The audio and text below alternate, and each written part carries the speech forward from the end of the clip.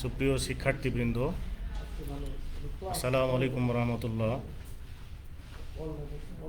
আশা করি তোমরা যে যেখানে আসো ভালো আছো, সুস্থ আছো, সহি সালামতে আছো। আমি আমার ক্লাস শুরুর আগ দিয়ে শুদ্ধাচার নিয়ে দু একটি কথা তোমাদের অবগত করতে চাই। তোমাদের একটি প্রবাদ বাক্য জানা আছে, when money is lost, something is lost. When health is lost, something is lost. But when character is lost, everything is lost. চরিত্র মানব জীবনের অমূল্য সম্পদ। দুর্জন ব্যক্তি বিদ্বান হলেও পরিত্যাজ্য। এ বিষয়গুলো তোমরা জানো, বোঝো। সত্যি কথা বলতে বিদ্যার আসল উদ্দেশ্য হলো জ্ঞান অর্জন করা এবং চরিত্র গঠন করা। আর চরিত্র গঠনের যথার্থ সময় হলো ছাত্র জীবন। আশা করি নিজেদেরকে মানবীয় গুণাবলী দ্বারা আবৃত করে আদর্শ ডিপ্লোমা ইঞ্জিনিয়ার হিসাবে নিজেদেরকে আত্মপ্রকাশ করবে, এ প্রত্যয় ব্যক্ত করছি।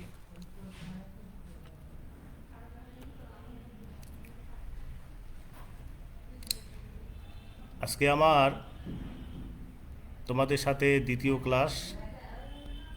প্রথম ক্লাসে আমি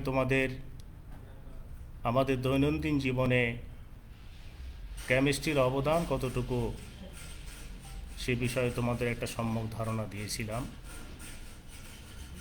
আজকে যে কেমিস্ট্রি সাবজেক্টটা তোমরা অধ্যয়ন করবে তার বিষয় কোড এবং টিপিসি নিয়ে সামান্য একটু তোমাদের ব্রিফ করতে চাই, আলোচনা করতে চাই। কেমিস্ট্রি টোটাল একটি পর্বে কেমিস্ট্রি পড়ানো হয় এখানে টিপিসিটা হলো 3, 3, 4। টিতে হলো থিওরি, পিতে হলো প্র্যাকটিক্যাল, আর সিতে হলো ক্রেডিট।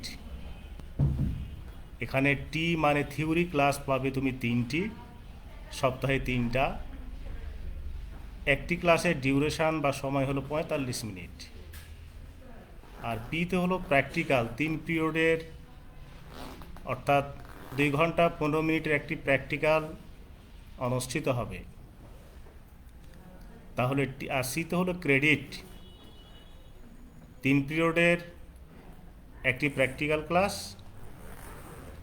আর 3 পিরিয়ডের 3টি থিওরি ক্লাস, এ মিলিয়ে ক্রেডিট হলো 4। 1 ক্রেডিট যদি 50 হয় তাহলে 4 ক্রেডিট হবে 200, অর্থাৎ কেমিস্ট্রির টোটাল নাম্বার হলো 200। এই 200 নাম্বার তোমাকে পরীক্ষায় অবতীর্ণ হতে হবে, দিতে হবে। তোমাদের জ্ঞাতার্থে বলতে চাই, এই 200 নম্বরে আবার কিছু ভাগ আছে। 60 নাম্বার হলো কন্টিনিউয়াস, 90 নাম্বার হলো ফাইনাল এক্সাম, আর 50 নাম্বার হলো প্র্যাকটিক্যাল। তোমরা জানো তোমাদের 4 বছরের জন্য ডিপ্লোমা ইঞ্জিনিয়ারিং কোর্সটা চালু আছে। এই 4 বছরে তোমাদের 8টি পর্বে ভাগ করা হয়েছে। প্রত্যেকটি পর্ব বা প্রত্যেকটি পর্বের জন্য সময়সীমা হলো 6 মাস।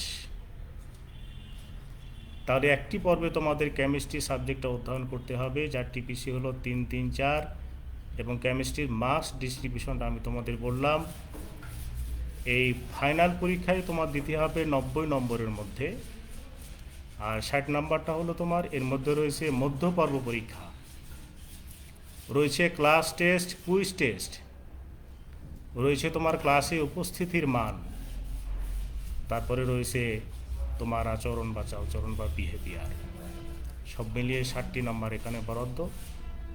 আর প্র্যাকটিক্যালে রয়েছে 50টি নাম্বার। এই 200 নাম্বার তোমাদেরকে মোটামুটি একটা ধারণা দিলাম।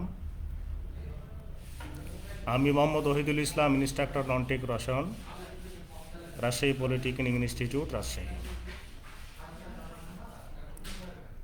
প্রিয় শিক্ষার্থীবৃন্দ, আমি গতদিন ক্লাস নেওয়ার সময় তোমাদের কিছু কিছু কমেন্ট আমি দেখছিলাম। কেউ কেউ মন্তব্য করেছো, স্যার প্রথম চ্যাপ্টার বাদ দিয়ে দ্বিতীয় চ্যাপ্টার কেন আমাদের শুরু করলেন। আমি তোমাদের বলতে চাই, প্রথম চ্যাপ্টার হিসাবে প্রথম চ্যাপ্টারটি তোমাদের নেবেন আমাদের আশফাকুল আশিকিন স্যার, আর দ্বিতীয় চ্যাপ্টারটি আমি তোমাদের পড়ানোর জন্য নির্ধারণ করেছি।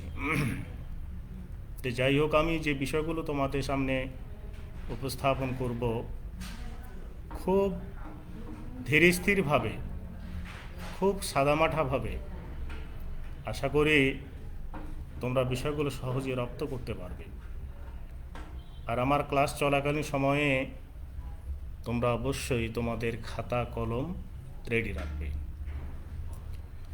আমি আমার স্লাইডে যে সকল বিষয়গুলো আছে এর বাইরেও আমি তোমাদের কিছু তথ্য উপাত্ত দেব, যে তথ্য উপাত্তগুলো তোমরা অবশ্যই সাথে সাথে লিখে ফেলবে। দ্বিতীয় অধ্যায়ে তোমরা জানো যে আয়নিক সাম্যাবস্থা রয়েছে দ্বিতীয় অধ্যায়ে, এবং এই আয়নিক সাম্যাবস্থার মধ্যে যে আলোচনার কেন্দ্রবিন্দু হিসাবে আছে অম্ল, ক্ষার, ক্ষারক এবং লবণ। প্রথমে আয়নিক সাম্যাবস্থা, তাহলে তোমাকে জানতে হবে হোয়াট ইজ আয়ন, আয়নটা কি এটা জানতে হবে।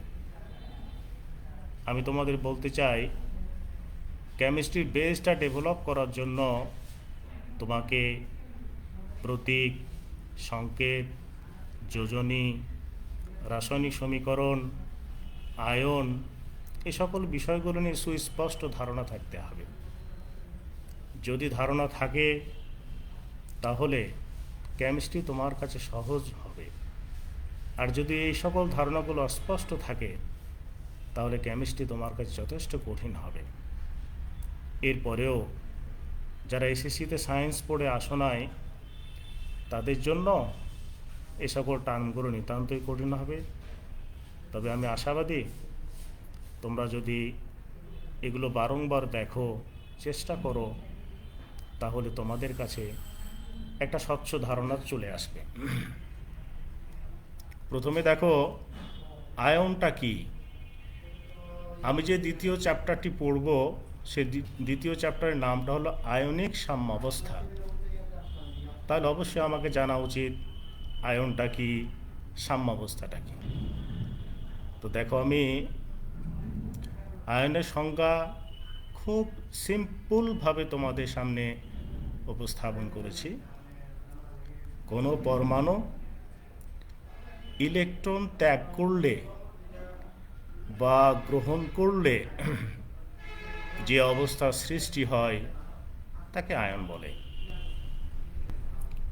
আয়ন দুই প্রকার, যথা ধনাত্মক আয়ন এবং ঋণাত্মক আয়ন। সংজ্ঞার মধ্যেই তোমরা ধনাত্মক আয়ন এবং ঋণাত্মক আয়নের সংজ্ঞা পেয়ে গেছো। ধনাত্মক আয়ন দেখো,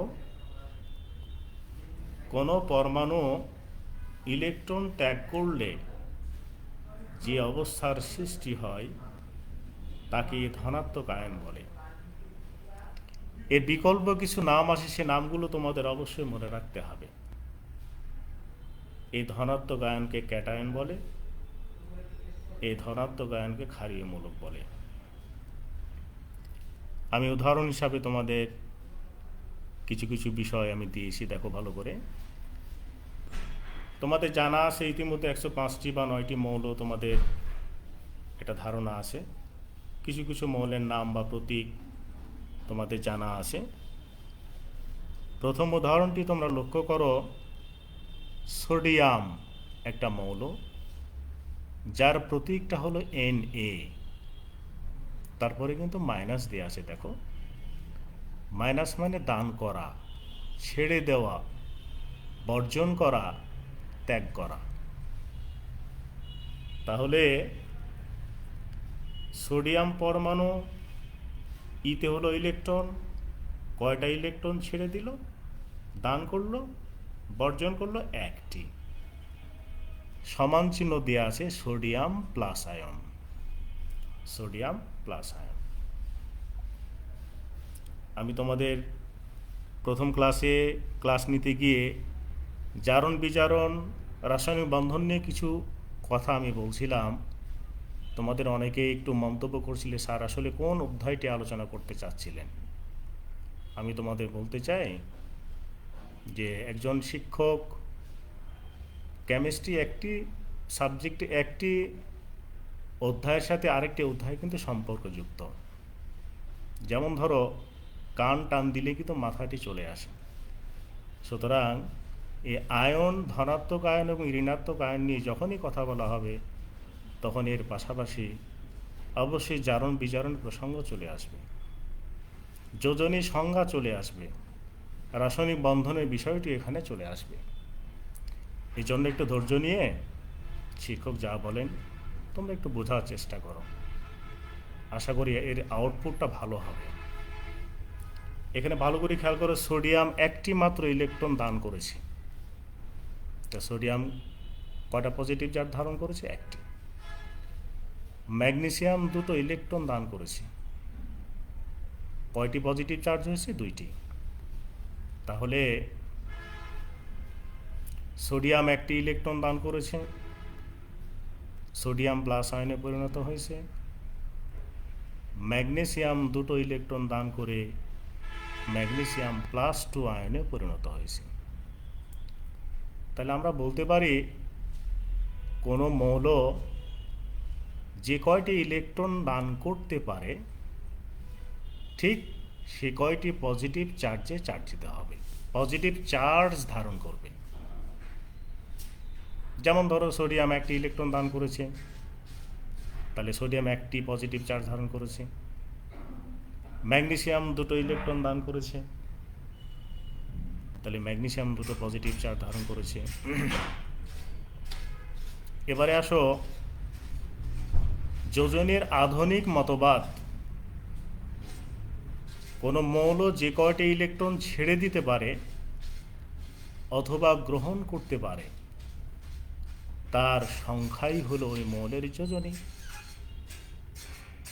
তাহলে সোডিয়াম এখানে একটি ইলেকট্রন ছেড়েছে, অতএব সোডিয়ামের যোজনী 1। ম্যাগনেসিয়াম দুটো ইলেকট্রন ছেড়েছে, তাহলে ম্যাগনেসিয়ামের যোজনী 2। একইভাবে অ্যালুমিনিয়াম 3টে ইলেকট্রন দান করতে পারে, তাহলে অ্যালুমিনিয়ামের যোজনী 3 এবং অ্যালুমিনিয়াম 3টি পজিটিভ চার্জ ধারণ করবে। আরেকটু বিষয়, জারণ বিজারণ কিন্তু এর মাঝেই রয়ে গেছে। জারণের সংজ্ঞা আমি তোমাদের উদ্বোধনী ক্লাসে খুব ছোট্ট করে বলছিলাম, ইলেকট্রন ছেড়ে দেওয়াকে জারণ বলে। যেহেতু সোডিয়াম ইলেকট্রন ছেড়ে সোডিয়াম প্লাস আয়নে পরিণত হয়েছে, সুতরাং এখানে জারণ ঘটেছে। একইভাবে ম্যাগনেসিয়াম দুটো ইলেকট্রন দান করেছে, সুতরাং এখানেও জারণ ঘটেছে। তাহলে ইলেকট্রন ছেড়ে দেওয়াকে জারণ বলে, আর ইলেকট্রন গ্রহণ করাকে বিজারণ বলে। আশা করি ধনাত্মক আয়ন নিয়ে তোমাদের একটা সুস্পষ্ট ধারণা এসেছে। তাহলে ধনাত্মক আয়নকে আমরা ক্যাটায়ন বললাম, আর কি বললাম? ক্ষারীয়মূলক বললাম। এবারে ঋণাত্মক আয়নের জন্য আসুন। তাহলে ধনাত্মক আয়নের জন্য যে বক্তব্য, ঋণাত্মক আয়নের জন্য ঠিক উল্টো কথা। কোনো পরমাণু ইলেকট্রন গ্রহণ করলে যে অবস্থার সৃষ্টি হয় তাকে ঋণাত্মক আয়ন বলে। তাহলে ছেড়ে দিলে ধনাত্মক, গ্রহণ করলে ঋণাত্মক। যারা দান করে তারা ধনী, এজন্য ধনাত্মক চার্জ। যারা গ্রহণ করে তারা ঋণী, ঋণাত্মক চার্জ। ফর এক্সাম্পল, দেখো এখানে ক্লোরিন একটি ইলেকট্রন গ্রহণ করেছে। তাহলে ক্লোরিন একটা ইলেকট্রন গ্রহণ করেছে, এর অর্থ হলো ক্লোরিন অবশ্যই একটা ঋণাত্মক চার্জে চার্জিত হবে। একইভাবে এখন একটা প্রশ্ন হলো তোমাদের যে সোডিয়াম একটা ইলেকট্রন ছেড়ে দিলে একটা পজিটিভ চার্জ কেন হলো, ম্যাগনেসিয়াম দুইটা ইলেকট্রন ছেড়ে দিয়ে কেন ম্যাগনেসিয়ামে দুটো পজিটিভ চার্জ হলো, এটা প্রশ্ন। এই প্রশ্ন উত্তর আমি একটু বলার চেষ্টা করি, তোমরা একটু মনোযোগ দিয়ে শোনো। তোমাদের জানা আছে সোডিয়াম পরমাণুর পারমাণবিক ভর হলো 23, পারমাণবিক ভর হলো 23। এখানে 11টি ইলেকট্রন এবং 11টি প্রোটন রয়েছে। প্রোটন হলো ধনাত্মক চার্জযুক্ত আর ইলেকট্রন হলো ঋণাত্মক চার্জযুক্ত। যেহেতু সোডিয়াম পরমাণুতে 11টি প্রোটন ধনাত্মক চার্জ এবং 11টি ইলেকট্রন ঋণাত্মক চার্জ রয়েছে, সুতরাং যোগফলটা কী হবে? 0। এই জন্য সোডিয়াম পরমাণুতে কোনো চার্জ নেই, তাই স্বাভাবিক অবস্থায় যে কোনো পরমাণুতে চার্জের মানটা হলো 0। কখন চার্জ হবে? ইলেকট্রন ছেড়ে দিলে অথবা গ্রহণ করলে। সোডিয়াম যখন একটি ইলেকট্রন ছেড়ে দেয় তখন প্রোটন সংখ্যার মান কিন্তু ঠিক থাকে। প্রোটন সংখ্যা ছিল 11 পজিটিভ। এবারে সোডিয়াম যখন অন্য কোনো মৌলকে একটি ইলেকট্রন ছেড়ে দিয়ে দিল তখন 10টি ইলেকট্রন হলো, সেটা হলো নেগেটিভ। তাহলে 11টি প্লাস আর 10টি মাইনাস, যোগ করলে যোগফল কত হবে? +1 হবে। এই জন্য সোডিয়াম +1 বা সোডিয়াম প্লাস আয়নে রূপান্তরিত হয়েছে। একইভাবে তোমরা ম্যাগনেসিয়ামের উদাহরণটি দেখবে। নিচে দেখো ঋণাত্মক আয়নের জন্য দেখো ক্লোরিন একটি ইলেকট্রন গ্রহণ করেছে, এই জন্য সে একটি ঋণাত্মক চার্জ হবে। অক্সিজেন দুটো ইলেকট্রন গ্রহণ করেছে, এই জন্য অক্সিজেনের 2টি ঋণাত্মক চার্জ হবে। জাস্ট কথাটা তোমাদের সামনে বলে দিই, কোনো পরমাণু ইলেকট্রন ছেড়ে দিলে ধনাত্মক চার্জ হবে, আর কোনো পরমাণু যদি ইলেকট্রন গ্রহণ করে ঋণাত্মক চার্জ হবে। যাই হোক, আয়ন সম্পর্কে তোমাদের একটা ধারণা হলো। এবারে রাসায়নিক সাম্যাবস্থাটা কি এই সম্পর্কে একটু বলতে চাই। দেখো সংজ্ঞা তোমাদের দেখতে পাচ্ছ সবাই আশা করি, যে রাসায়নিক বিক্রিয়ায় সম্মুখমুখী বিক্রিয়ার গতিবেগ পশ্চাৎমুখী বিক্রিয়ার গতিবেগ সমান, তাকে রাসায়নিক সাম্যাবস্থা বলে। আবার যে অবস্থায় অ্যাসিড ক্ষারক প্রশমন বিক্রিয়ায় সম্মুখমুখী ও পশ্চাৎমুখী বিক্রিয়ার গতিবেগ সমান, তাকে অ্যাসিড ক্ষারক সাম্যাবস্থা বা আয়নিক সাম্যাবস্থা বলে। এই যে আয়নিক সাম্যাবস্থা দ্বিতীয় চ্যাপ্টারে নামকরণ করা হয়েছে। একটি উদাহরণ তোমাদের সামনে উপস্থাপন করা হয়েছে। দেখো, হাইড্রোক্লোরিক অ্যাসিড যোগ সোডিয়াম হাইড্রক্সাইড সমান সোডিয়াম ক্লোরাইড যোগ পানি। তো দেখো, হাইড্রোক্লোরিক অ্যাসিড এই বিক্রিয়াটিকে প্রশমন বিক্রিয়া বলা হয়। অম্ল যোগ ক্ষার সমান লবণ যোগ পানি, এই বিক্রিয়াটিকে বলা হয় প্রশমন বিক্রিয়া। তোমাদের সুবিধার্থে জ্ঞাতার্থে আর একটু বিষয় বলতে চাই। সমান চিহ্নের বাম দিকের পদার্থগুলোকে বিক্রিয়ক বলে, আর ডান দিকের পদার্থগুলোকে উৎপাদ বলে। দেখো, সমান চিহ্ন বাম দিকে কি কি পদার্থ রয়েছে? Hydrochloric acid, sodium hydroxide. সুতরাং এই দুটো পদার্থকে বলবো আমরা বিক্রিয়ক। যারা বিক্রিয়ায় অংশগ্রহণ করে তাদেরকে বিক্রিয়ক বলে। আর সমান চিহ্নের ডান পাশে যে পদার্থগুলো রয়েছে, সোডিয়াম ক্লোরাইড, যেটা খাদ্য লবণ, যে লবণটা আমরা প্রতিদিন খেয়ে থাকি, প্লাস পানি, তাহলে ডান পক্ষকে আমরা বলবো উৎপাদ। বা প্রোডাক্ট। আশা করি এটা রাসায়নিক বিক্রিয়ায় বিক্রিয়ক এবং উৎপাদটা কি বুঝতে পেরেছ। আরেকটি উদাহরণ দিয়ে আছে তোমাদের, দেখো H2SO4 একে সালফিউরিক অ্যাসিড বলে, যোগ ক্যালসিয়াম হাইড্রক্সাইড এটি একটি ক্ষার, সমান ক্যালসিয়াম সালফেট এটি একটি লবণ প্লাস পানি। এখন সাম্যাবস্থাটা কি তোমাদের একটু বলি, যে একটি রাসায়নিক বিক্রিয়ায় যখন শুরু হয় তখন তার বাম দিকের পদার্থগুলোর ঘনমাত্রা থাকে সর্বোচ্চ। সময় যত যেতে থাকে বিক্রিয়ক বা বামপক্ষের ঘনমাত্রা তত কমে এবং উৎপাদের ঘনমাত্রা তত বেড়ে যায়। এইভাবে একটি সময় লক্ষ্য করা যায়, যেই হারে বিক্রিয়ক পদার্থগুলো বিক্রিয়া করে উৎপাদ তৈরি করছে, সেই একই হারে উৎপাদগুলো ভেঙে বিক্রিয়কে পরিণত হচ্ছে। অর্থাৎ উৎপাদ তৈরির হার এবং উৎপাদ ভেঙে বিক্রিয়ক তৈরির হারটা পরস্পর সমান, তখন সেই বিক্রিয়াকে আমরা বলি সাম্যাবস্থা। আশা করি আয়ন কি সাম্যাবস্থা কি তোমরা বুঝতে পেরেছ। পরের বিষয়টি আমি তোমাদের একটু বলতে চাই, অম্ল বা অ্যাসিড। অম্ল বা অ্যাসিডের কিছু বৈশিষ্ট্য, কয়েকটি বৈশিষ্ট্য তোমাদেরকে আমি জানাতে চাচ্ছি। দেখো, অম্লের 1 নম্বর বৈশিষ্ট্য হলো নীল লিটমাসকে লাল করে, জলীয় দ্রবণে হাইড্রোজেন আয়ন দান করে।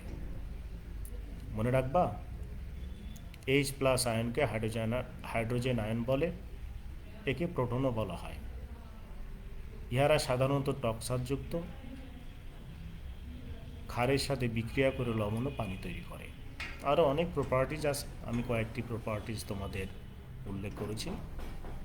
তাহলে 1 নম্বর প্রধান যে বৈশিষ্ট্য হলো অ্যাসিড হলে সেটা অবশ্যই জলীয় দ্রবণে প্রোটন বা হাইড্রোজেন আয়ন দান করবে, এটা অ্যাসিডের বৈশিষ্ট্য। কিছু উদাহরণ দেওয়া হয়েছে তোমাদের সামনে, দেখো হাইড্রোক্লোরিক অ্যাসিড, HCl-কে বলা হয় হাইড্রোক্লোরিক অ্যাসিড, HNO3 বলা হয় নাইট্রিক অ্যাসিড, H2SO4-কে বলা হয় সালফিউরিক অ্যাসিড, পরেরটাকে বলা হয় HCOOH-কে মিথানোয়িক অ্যাসিড, তারপরে এটা ইথানোয়িক অ্যাসিড, তারপরে এটা কার্বনিক অ্যাসিড। তো দেখো, এই গাঢ় হাইড্রোক্লোরিক অ্যাসিড এবং গাঢ় নাইট্রিক অ্যাসিড এ দুটোর মিশ্রণকে বলা হয় রাজঅম্ল। স্বর্ণকাররা সাধারণত স্বর্ণকে দ্রবীভূত করার জন্য রাজঅম্ল ব্যবহার করে। এই সালফিউরিক অ্যাসিড এটি একটি গুরুত্বপূর্ণ লিচিং এজেন্ট। ইন্ডাস্ট্রিতে এর বহুমাত্রিক ব্যবহার রয়েছে। আমি উদ্বোধনী ক্লাসে তোমাদের বলছিলাম, কোনো দেশ কতটা উন্নত সেটা তুমি যদি জানতে চাও, তাহলে সেই দেশ কী পরিমাণ সালফিউরিক অ্যাসিড এবং কী পরিমাণ বিদ্যুৎ শক্তি ব্যবহার করে সেটা দেখো। এক পরিসংখ্যানে দেখা গেছে, মার্কিন যুক্তরাষ্ট্র যে পরিমাণ বিদ্যুৎ শক্তি এবং সালফিউরিক অ্যাসিড ব্যবহার করে গোটা পৃথিবী সম্মিলিতভাবে সেই পরিমাণ ব্যবহার করতে পারে না। এই জন্য মার্কিন যুক্তরাষ্ট্র গোটা বিশ্বের মধ্যে এত উন্নত দেশ। তারপরে এটা হলো মিথানোয়িক অ্যাসিড। এই মিথানোয়িক অ্যাসিডটা অনেক সময় আমাদের পিপিলিকা বা বোলতায় কামড় দিলে শরীরে জ্বালা পোড়া করে, তাদের হুলের মধ্যে এই মিথানোয়িক অ্যাসিড থাকে। তারপরে এটা হলো অ্যাসিটিক অ্যাসিড বা ইথানোয়িক অ্যাসিড। আমি প্রথম দিন তোমাদের বলছিলাম যে 4 থেকে 10% অ্যাসিটিক অ্যাসিডের জলীয় দ্রবণকে ভিনেগার বলে। এর ব্যবহার তো তোমাদেরকে জানানো হয়েছে। আরেকটি বিষয়, এই মিথানোয়িক অ্যাসিড থেকে মিথানল পাওয়া যায়, মিথানল বা ফর্মালডিহাইড। তোমাদের জ্ঞাতার্থে একটু বলি, ফর্মালডিহাইডের 40% জলীয় দ্রবণকে ফরমালিন বলে, যেটা তোমরা নাম শুনেছ। এই ফরমালিন প্রিজারভেটিভ হিসাবে কাজ করে এবং কিছু অসাধু ব্যবসায়ী মাছ, মাংস, শাকসবজিকে টাটকা রাখার নিমিত্তে এই ফরমালিন ব্যবহার করে, যেটা স্বাস্থ্যের জন্য চরম ক্ষতিকর। সর্বশেষ যে অ্যাসিডটা হলো সেটা হলো কার্বনিক অ্যাসিড, H2CO3। এরও ব্যবহার তোমাদের একটু বলে নিই। সেটি হলো যে আমরা কমল পানীয় খেয়ে থাকি। আমরা যখন রিচ ফুড খাই তখন এই কমল পানীয়টা আমরা খাই। কমল পানীয়ের মধ্যে মূলত কার্বনিক অ্যাসিড থাকে, যে কার্বনিক অ্যাসিডটা আমাদের ডাইজেশনের জন্য সহায়তা করে থাকে। এরপরে আসে ক্ষারের বৈশিষ্ট্য। ক্ষার লাল লিটমাসকে নীল করে, জলীয় দ্রবণে হাইড্রোক্সাইড আয়ন দান করে। ইহারা সাধারণত কটুসারযুক্ত অ্যাসিডের সাথে বিক্রিয়া করে লবণ ও পানি তৈরি করে। উদাহরণগুলো খেয়াল করো: sodium hydroxide, potassium hydroxide, calcium hydroxide, aluminium hydroxide. এগুলো ক্ষারের উদাহরণ। এই ক্ষারেরও বহুবিধ ব্যবহার রয়েছে। সোডিয়াম হাইড্রোক্সাইড সাবান শিল্পে ব্যবহার করা হয়, তারপরে টয়লেট ক্লিনার হিসাবেও এর বহুবিধ ব্যবহার রয়েছে। যাই হোক, পরের অংশটা একটু খেয়াল করো। ক্ষার এবং ক্ষারক, জিস্ট কথাটা তোমাদের স্লাইডে উপস্থাপন করা হয়েছে। ক্ষারের মধ্যে হাইড্রোক্সাইড মূলক থাকে, আর ক্ষারকের মধ্যে থাকে হাইড্রোক্সাইড অথবা অক্সাইড। তবে ক্ষার হতে হলে অবশ্যই সেটা পানিতে দ্রবীভূত হতে হবে। তোমরা একটু খেয়াল করো যে ক্ষারকের মধ্যে হাইড্রোক্সাইড মূলক রয়েছে, আবার অক্সাইড মূলক রয়েছে, কিন্তু ক্ষারের মধ্যে কেবল হাইড্রোক্সাইড মূলক রয়েছে। এজন্য বলা হয় সকল ক্ষারই ক্ষারক, কিন্তু সকল ক্ষারক ক্ষার নয়। পরের টার্মটি খেয়াল করো, হাইড্রোজেন আয়ন। একে প্রোটন বলে। একে আমরা হাইড্রোজেন আয়ন বলি, আবার ভিন্নভাবে প্রোটনও বলে থাকি। তা হাইড্রোজেন আয়নকে কেন প্রোটন বলা হয় একটু তোমাদের একটু বলি। দেখো যে হাইড্রোজেন পরমাণুতে একটি মাত্র প্রোটন এবং একটি মাত্র ইলেকট্রন থাকে। যখন হাইড্রোজেন পরমাণু একটি ইলেকট্রন ছেড়ে দেয় তখন কেবলমাত্র প্রোটন থাকে। এজন্য H+ আয়নকে বা হাইড্রোজেন আয়নকে বলা হয় প্রোটন।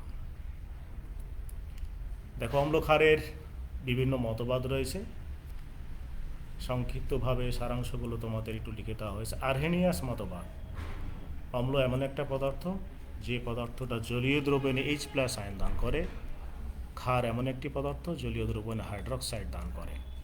এটা হলো আর্হেনিয়াস মতবাদ। এরপর আসে ব্রনস্টেড লাউরির প্রোটনীয় মতবাদ। অম্লের সংজ্ঞাটা হলো, অম্লটা হলো প্রোটন দান করবে আর ক্ষার হলো প্রোটন গ্রহণ করবে। অর্থাৎ অম্ল হলো হাইড্রোজেন আয়ন দাতা আর ক্ষার হলো হাইড্রোজেন আয়ন গ্রহীতা। এবার আসো লুইস মতবাদ। লুইস মতবাদে অম্ল হলো মুক্ত জোড় ইলেকট্রন গ্রহীতা আর ক্ষারের ক্ষেত্রে মুক্ত জোড় ইলেকট্রন দাতা। অর্থাৎ যে সকল পদার্থ মুক্ত ইলেকট্রন দান করতে পারে তাদেরকে বলা হয় ক্ষার, আর যে সকল পদার্থ মুক্ত ইলেকট্রন জোড় গ্রহণ করতে পারে তাদেরকে বলা হয় অম্ল। এই মুক্ত জোড় ইলেকট্রনকে ইংলিশে লোন পেয়ার ইলেকট্রন বলে। যেমন ধরো অ্যামোনিয়া NH3, মনে রাখবা একটি বন্ড তৈরিতে এক জোড়া ইলেকট্রন ব্যবহার করা হয়। তো অ্যামোনিয়ার স্ট্রাকচার তুমি যদি দেখো, এখানে 3টি হাইড্রোজেন পরমাণু রয়েছে। নাইট্রোজেন পরমাণুর সাথে ইলেকট্রন শেয়ার করার পরেও নাইট্রোজেন পরমাণুর এক জোড়া নিঃসঙ্গ ইলেকট্রন থেকে যায়। এই নিঃসঙ্গ ইলেকট্রন যুগল নাইট্রোজেন পরমাণু অন্য কোনো পদার্থকে দান করতে পারে। এই জন্য অ্যামোনিয়াটা হলো ক্ষার, আর যে পদার্থ এই নিঃসঙ্গ ইলেকট্রন গ্রহণ করবে সেই পদার্থটি হবে অ্যাসিড। আশা করি অম্ল, ক্ষার, অ্যাসিডের যে আধুনিক মতবাদ সেটা তোমাদেরকে বোঝাতে পেরেছি। তো সামনের ক্লাসগুলোতে তোমরা যথারীতি উপস্থিত থাকবে এবং স্লাইডের বাইরেও যে কথাগুলো আমি তোমাদের সামনে উপস্থাপন করছি সেগুলো যথাযথ লেখার চেষ্টা করবে, এই আশাবাদ ব্যক্ত করে সবাইকে আবারও প্রীতি ও শুভেচ্ছা জানিয়ে আমি আমার কথা শেষ